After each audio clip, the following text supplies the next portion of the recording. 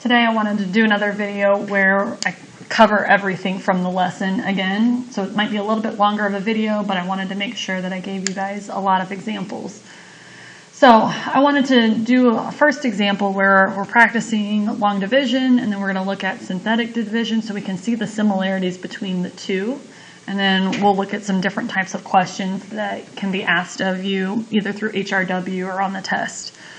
All right, so when you're dividing using long division, first of all, you guys want to make sure it's in standard form. And if they don't have a term, like if there were 0 x's, you need to make sure you put a 0x in the problem so that way you've got a placeholder.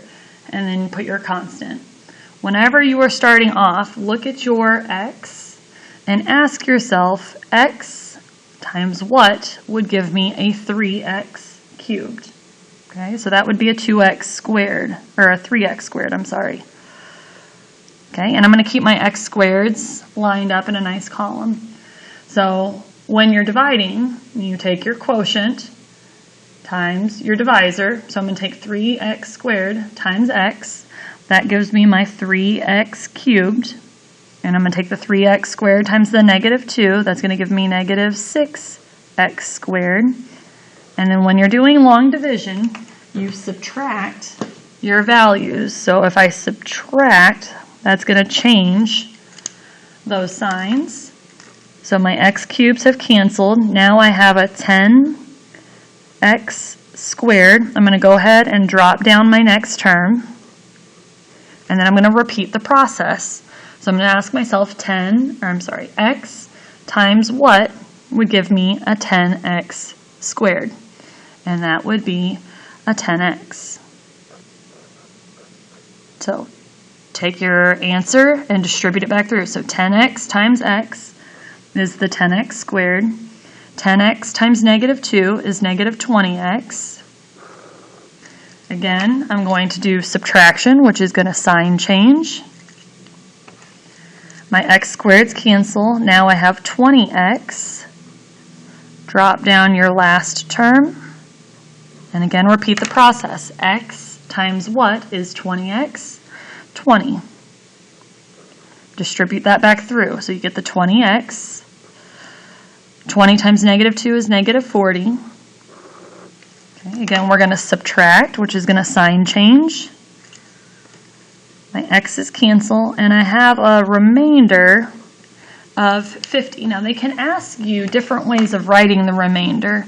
They can say, put plus, and then your remainder out of your divisor. Okay, you could sometimes even put like the R, like in elementary school. So it just depends on the instructions, how they want you to write the remainder. But this is typically how I will write it. All right, let's look at the same problem using synthetic division. Synthetic division eliminates basically all of the variables. All right, so if they give you a factor of x minus 2, okay, then for synthetic, it's the opposite of that. So if the binomial has a negative 2, it's a sign change, just like it usually is a sign change whenever you're asked for a value from a quantity. All right, now I'm just going to write down my coefficients. So I have a 3, a 4, a 0, and a 10. And again, it's important, make sure you put a 0 for a placeholder. So with synthetic division, we're going to drop down the first number, and then we're going to multiply these two. So 2 times 3, and I'm going to put that number here, which is 6. Okay. Then I'm going to add the two terms, which gives me 10. And I'm going to repeat the process. So 2 times 10 is 20. So I'll put that answer there. And then I'm going to add those two digits. 2 times 20 is 40. And then I'm going to add those values. Okay. So if you can see, like there's the 6, there's the 20, there's the 40. So synthetic kind of condenses all of it. Now if you look at your answer, 3, 10, 20, and 50, 3 was the coefficient of the x squared.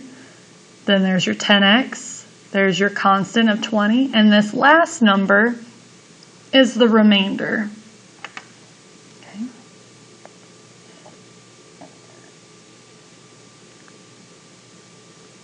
So when I write my final answer, if they started off with an x cubed, the answer is going to start off one less, which would be a square. So we've got 3x squared plus 10x plus 20 plus our remainder. And remember that was an x minus 2. That gave us that positive 2 before. Okay. Now on this one, they're saying, given the polynomial, find p of negative 3.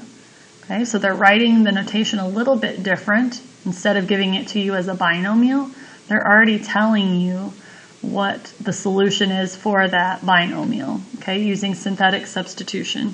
So I'm going to write down my value. So I have a 2x cubed, then I have the x squared, then I have the x term, but I don't have the constant, so I need to make sure I put that there. Okay. Since this isn't a binomial like it was up here, I don't have to sign change that because it's actually, they're giving me the number already. So this is going to be my value out here. So the only time I do an opposite sign is if they give me a binomial, then I have to change it. Okay, so drop down your first number. You get 2, multiply those two numbers, okay, and put that number there. Okay, then add these two values up and repeat the process. So I'm going to multiply negative 3 times negative 1, and I get 3. I'm going to add those numbers up, and I'm going to get 0. Multiply, put that answer here, 0 plus 0. Okay, so it's saying find out what p of negative 3 is using synthetic division. So this is saying what's like the final answer. Okay. When you plug in a negative 3, we get out for our final answer a 0.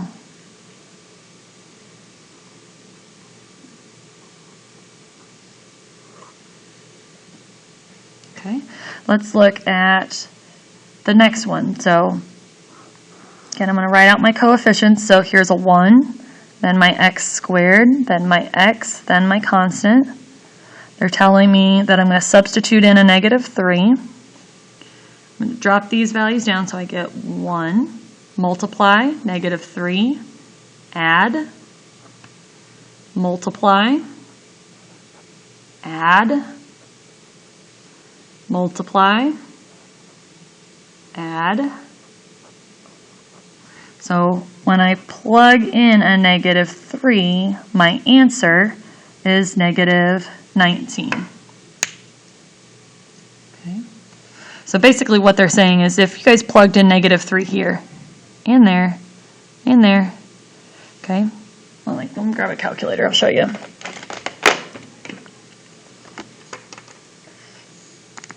Okay, so if I plug in the negative 3 here,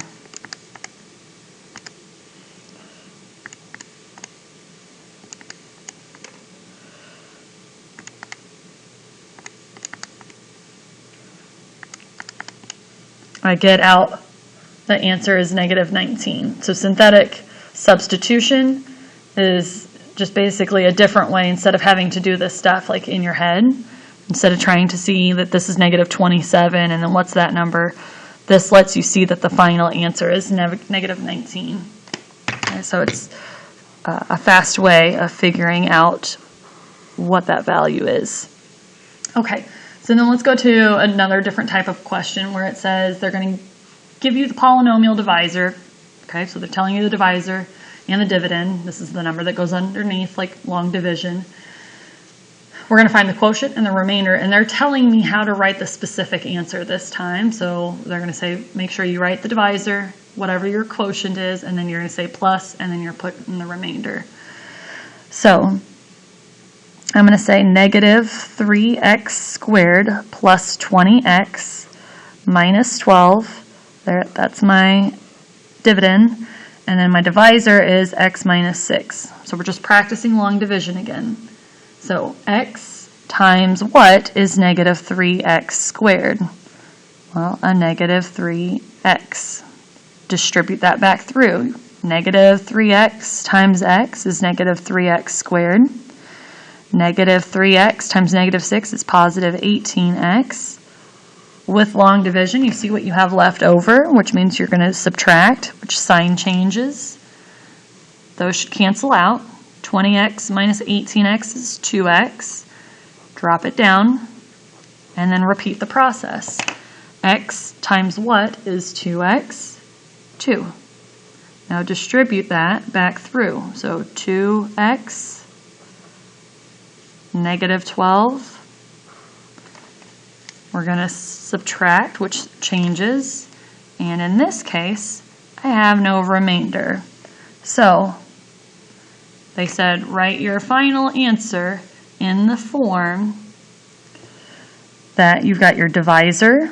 Okay, so we've got the divisor, which was x minus 6. The quotient is the negative 3x plus 2 plus the remainder. Well, in this case, we don't have a remainder. Okay, so you wouldn't even technically need that on there. All right, let's look at where kind of the same directions. Given a polynomial, use synthetic division to divide by the binomial x minus a and obtain the quotient and the non-zero remainder. So you should not get a 0 out for your remainder on this one. And then write the result as the binomial and then whatever your quotient is plus the remainder. So here I have 9x squared, then the x term, then the constant. So they gave me all of the values. Remember that if they give you a binomial, what number minus 1 equals 0? 1. So you always need to sign change it. All right, drop down your first number, multiply, so 1 times 9, add, 1 times 2, add.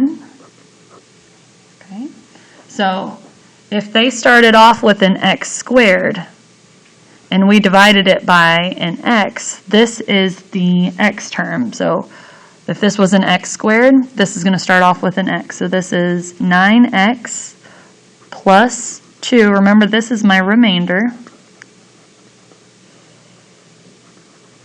Okay, so they want the quotient. This is the quotient. They want the original binomial. So the original binomial was the x minus 1. And then they said put plus the p of a. So p of a is the remainder, which is 5. All right, let's look at another example. So just again, practicing synthetic division. So we have 3x squared, then we have the negative 8x, then the 4. They're giving me the binomial x minus 2, so I need to sign change for my number that I'm substituting in. Drop down your first term, you get 3. 2 times 3 is 6. Add those numbers up, you get negative 2. Take 2 times negative 2, which is negative 4. Add them up, you get a 0. So this one you don't have a remainder. So when you divide a 3x squared minus 8x plus 4x by an x minus 2, if this started off in x squared, then this is my x term. Then that's going to be my constant, and I have no remainder. So this is what I would have left when I take this and I divide it by that. Okay, let's look at one more. So here we have our 7x cubed, our negative 4x squared, a negative 400x, and then the constant.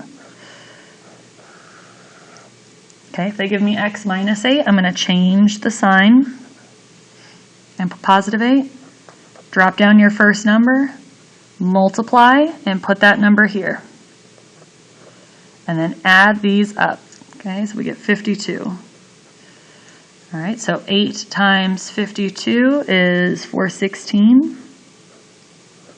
I'm going to add those values up, so I get 16.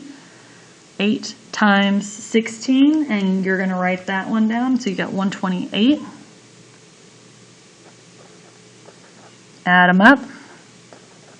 Okay, so If that started off as an x cubed, this is the x squared.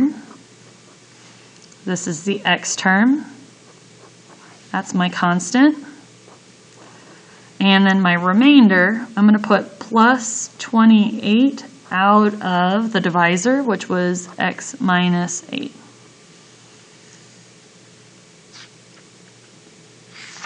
All right. A couple more examples. The remainder theorem. If your remainder, which is the last number on synthetic, if the remainder is 0, then that means that that original factor is a factor of the polynomial. And remember in 6.4 we were factoring. Okay, so they're going to ask us some questions about factors and finding remaining factors. So it says determine whether the binomial is a factor. So I have to use the remainder theorem first to see if the remainder is 0. Okay, so we're going to plug in a 1, a 3, then we've got our -4 and our -12. Okay, so if they gave me x plus 3, I need to switch it to -3 and do synthetic. So that's going to multiply to be -3. This is going to add up to be 0. I'm going to multiply that. That gives me 0 and add that up. I'm going to multiply and I get out a 0. So x plus 3 is a factor.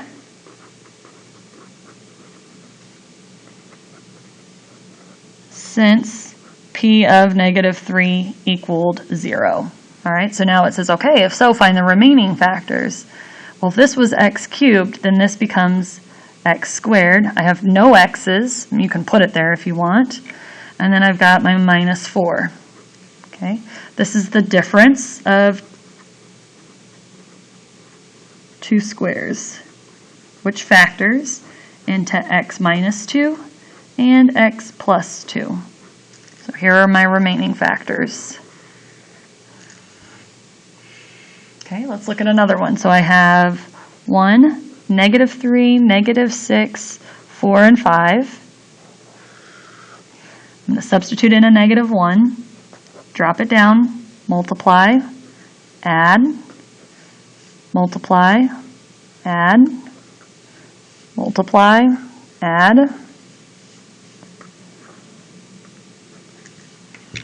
All right, so because this is not 0, x plus 1 is not a factor.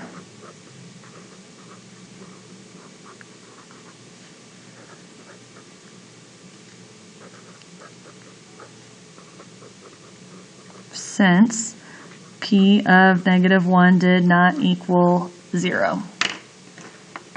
Okay, so homework tonight, HRW will have more of these different kind of questions. Yeah, there you go.